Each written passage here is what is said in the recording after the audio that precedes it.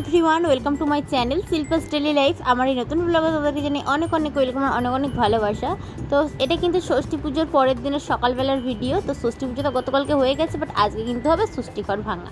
এবার কীভাবে ভাঙতে হয় সেটা দেখিয়ে দিচ্ছি। ঠাকুমার সাথে কালকে পুজো করে দিয়ে গেছেন এবং বলে দিয়ে গেছেন যে কীভাবে কি ষষ্ঠীঘর ভাঙতে হয়। এই যে এখানে 5 জন স্ত্রী যারা বসে গেছে, আর আমার বোন যার অবিবাহিত সেই একটা মেয়ে বসেছে।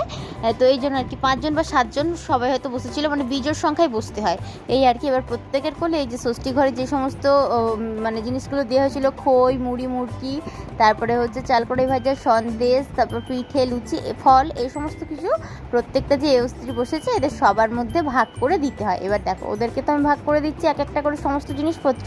এবার ওদেরকে দেওয়ার পর ওরাও কিন্তু আবার ওদের যে কোলে দিয়েছি আমি, এই যে কোঁচড়ে দিতে হয় আর কি, অ্যাকচুয়ালি আঁচলে দিতে হয়। তো সেই আঁচল থেকে কিন্তু আমি আঁচল পাতলে ওরা আবার আমার আঁচলেও একটু করে দিয়ে দিচ্ছে। আর এগুলো খেতে হয়।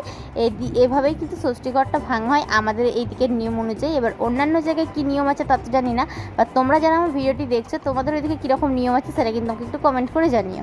আমাদের দিকে তো এই নিয়মটাই চলছে। তো মা তো যায়নি বাড়ি কালকে, মা থেকে গিয়েছিল যেহেতু এই সমস্ত কাজকর্মগুলো ছিল। আর আমার বড় যে আজকে আসতে পারেনি, তো একটু অসুবিধা ছিল আর কি, তো সেই কারণে।